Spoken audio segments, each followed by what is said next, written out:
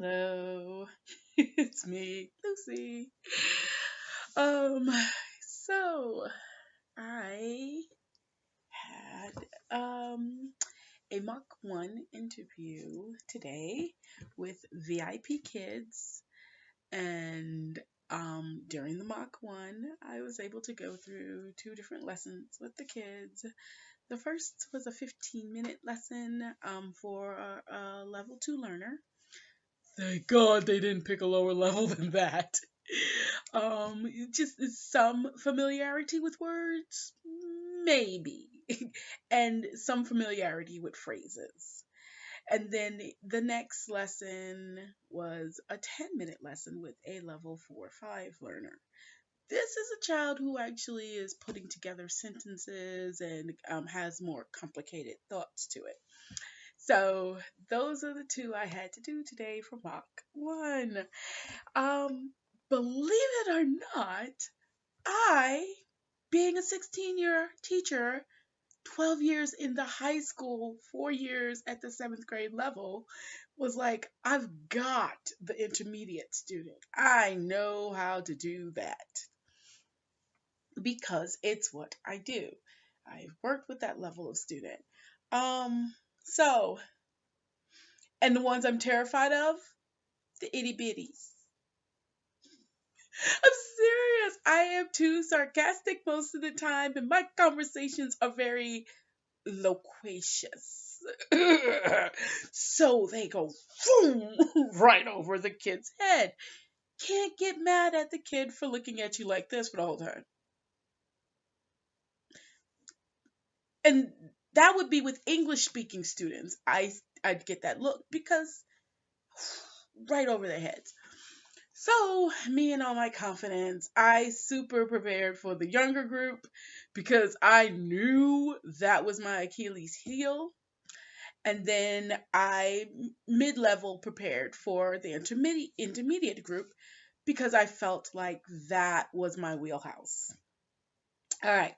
So, and during my preparations, and it's really kind of important that you understand preparing for these unpaid interviews is time consuming. But the thing is, and I have to be honest, if you give me a job that's challenging, I will do everything to get that job and keep that job. And after my first interview with Alex, I really was head over heels in love with the entire concept of VIP Kids.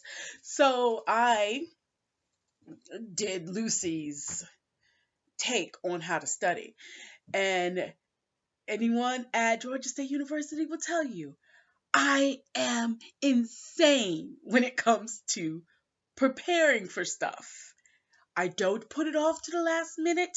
I sit down and the first thing I do is write out a little outline of how this should go to be the most prepared. And so I went online and found all of these videos. The most helpful was Stephanie Rivera was really helpful. Mandy Gibbs was really helpful. Nancy Taylor was really helpful. Tick Life, TIC Life, she's also very helpful. And I looked at their videos for the preparations up and beyond interview and Mach 1. And then I sat down and I was writing down a couple of things that I would be willing to do because I didn't want to overload myself with the first wave. And I took my notes on each slide and didn't follow the lesson plan. All that preparation. So for day one, prep went right down. Right down.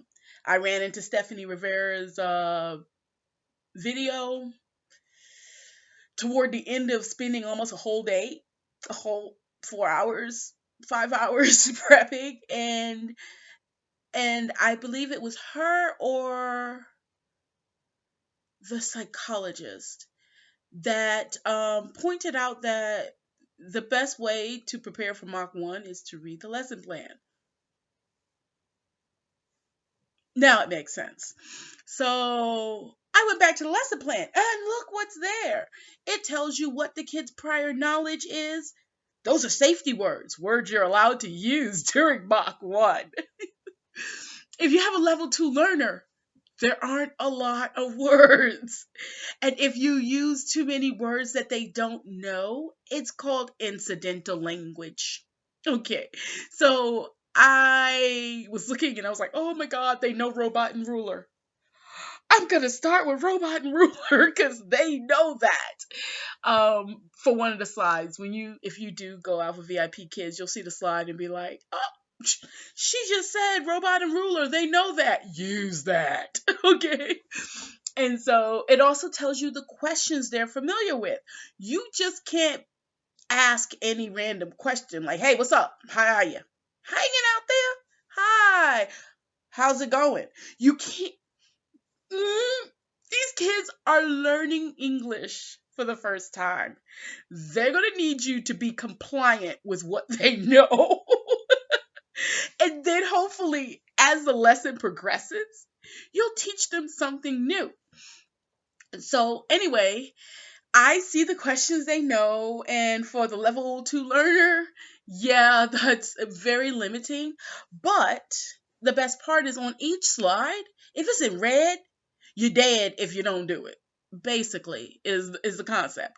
Do what's in red. If they say that this child needs to say the following statement and that statement is in red, that is a check mark for success. So you got to make sure I see a tomato. I see a robot. If that is in red at the bottom of that slide, make it happen. Make it happen more than once. Okay. So, went back, spent the next day, another 4 hours, working on everything, going through the videos, seeing what I need to work on, what I don't need to work on, realizing that when I get to my country, my culture, I have to print. And I have no ink at home. So I had to go to Walmart and spend money that I ain't got. I just graduated from college. I purposely didn't buy ink. I ran out of ink in September. And I bought it and I put it in and I made some props that I was going to use for that. And I finally got to where I felt comfortable with transferring what I was going to do per slide over. So I've got to show you this process. So don't laugh at me. I am an uber nerd. I make flashcards and Quizlet as the professor was teaching my classes. It's just how I am. Okay, so this is my process. It's also how I learn scripts and stuff and everything. Okay, so the first lesson is teaching the level 2 learner, level X. So I sat down and I ain't got an ink like that. So as you can see, I put 2 sides. I put letter X, and as you can see here, I'm learning to hold things up to the camera. I wrote down anything and everything that might be a conversation, where I should hold up my props if I have props, when I should make my gestures, anytime I should be waiting for a student pause, as in red, that sort of thing. That is my thing. And so I typed that up, printed it out, and then Wednesday, I had an interview set at 9 a.m. I am an insomniac and I have difficulty sleeping and waking. Those are my 2 issues. So, sleep didn't happen as much as it should because I was terrified that I was going to miss this meeting. Somehow or another, I fell asleep. I finally did. Last time I looked at the clock, it said 6:02 a.m. And when I looked at the clock again, it said 8:24.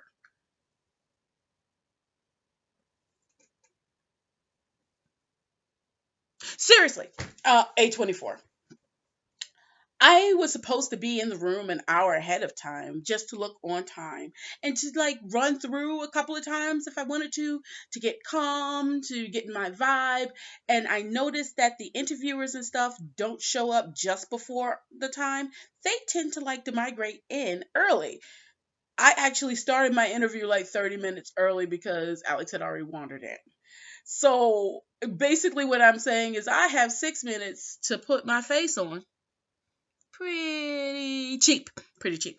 All right. And clothes and hair. Oh, forgive me. This is my protective hairstyle because I am in the middle of trying to decide what I'm going to do, whether I'm just going to braid it up or two strand twist or stuff. So, but I want to keep my hair from breaking, so I do the protective hairstyle. Any which way. So I'm doing that, and I get dressed within 6 minutes and feed the cats and throw them out of the room because I don't want the cat walking across the computer. Sit down. 8:30 comes. 8:31 comes. 8:45 comes. I hear no one. I see no one. 8:59 comes.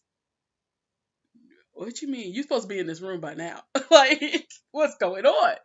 So I shoot a little message to contact me, and then I go to my email to see what's going on. And yeah, the interview was for Thursday, not Wednesday. Not Wednesday. Thursday.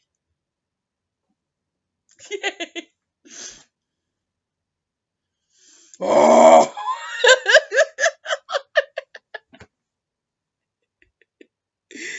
So I kind of took a VIPKID break for that day. I did do stuff toward the end of the evening, but obviously my brain was so rattled that it needed a break.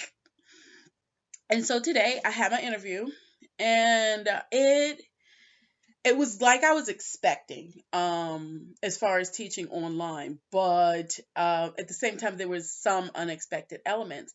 I love the feedback, but I really wish I could get some of that feedback pre-teaching.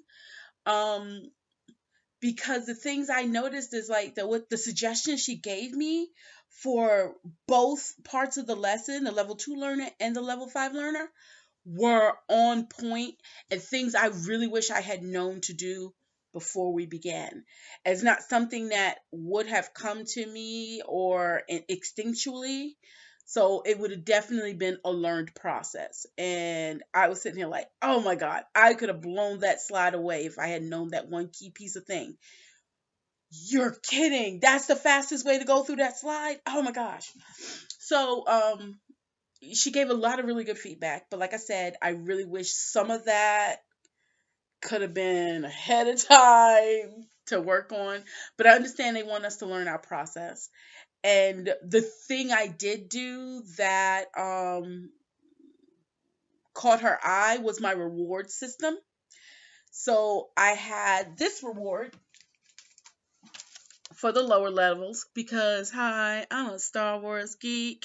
And so, they earn their rewards this way. They get a C3PO. So,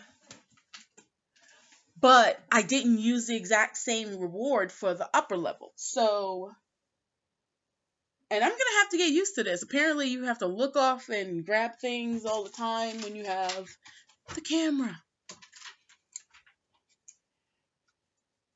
So my teacher brain kicked in, and I'm like, I'm supposed to be teaching my country, my culture for the upper level. Why not give them, and these are so cool,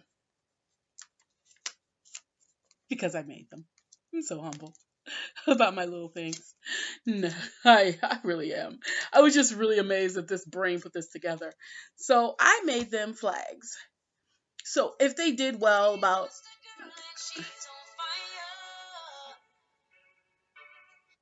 If they did well, I go, you get a flag. South Africa. And then, boom, slap that sucker up there on my map, and we have a reward system for a higher level learner. And I believe in teaching globally. So I know students may not be comfortable with or know all of the flags. So if I'm going to give you something at that level, I'm going to have you learn as we go. So, oh, Canada, Mexico, Argentina, what you want, what you want. Learning first off what the flag is for that country, and secondly, about where that flag is. So where that country where that country is. So that was my experience doing the mock, and that overall I felt like things went well. However, some of the things I was pinged for, they just weren't happening in real life because I'm working on Broke Life. And she's like, well, you need better lighting. I'm like, awesome. Better lighting. I can't go out and buy no lamp right now. That's not happening. Hashtag I'm gonna pull it closer, but this is what I have for right now. Later on, I will buy a light. I will even go into IKEA. My friend is going to have to hold my hand because that's going to be some anxiety. But I will go into IKEA and get a really good lamp for what I'm doing. Um, my shirt. It's supposed to be orange. It's a solid orange with nothing on it. I wasn't thinking about it when I put it on today because normally this is my run shirt for winter, and hot chocolate and hot chocolate 15K. I put it on and I go. So I don't think put your shirt on backwards. And Wednesday I had it backwards, but then I took it off to prepare for Thursday, and so it had letters on it. So I got pinged for that. But the other side is totally nothing is on it. I wouldn't have gotten pinged if she was there Wednesday. So there's that. And then, guys, if you're at the interview stage, bookmark that video on synthetic phonetics, because as you progress, they shut down that part that you were on previously, so you can't get back to that link. Now, I know how to use computers, so I went digging in my cache and my history to find that video, but a lot of people aren't really familiar with how their computers work. So bookmark it and like make that a daily until you're done. I'd make it a daily probably all the way through, because I got pinged for the X sound. She couldn't hear my K part. And so, and I know it's because I didn't review the video that day. Just review it. That's what you can do with your 30 minutes. Go through them synthetic phonetics. Boom. Do your mock. Have fun. Address the kids. Yay. Have TPR out the wazoo. I learned, I wasn't thinking 3 years older than 5. They still are excited with hand signals. So I was like, oh, they're older and they can form sentences. So I tried to calm down the TPR for the second half.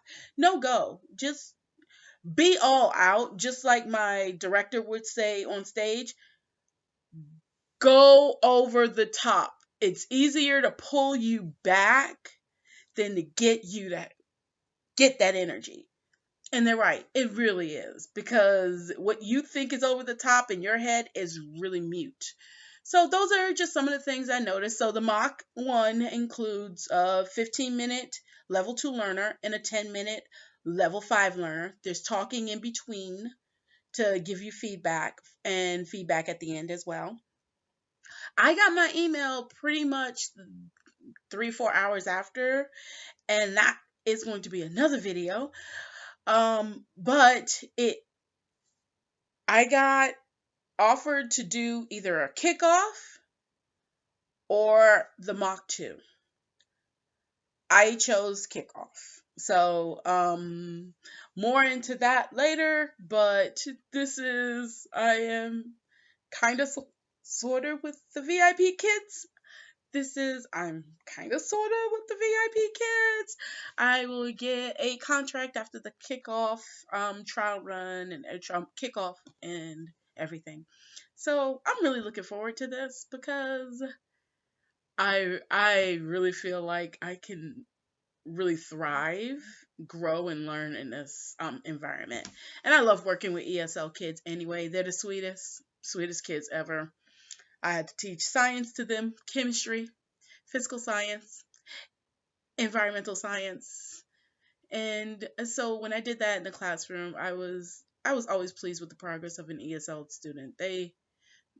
When they're serious, they will learn it. So ni hao, and hopefully this will be a update that happens occasionally. All right, bye bye.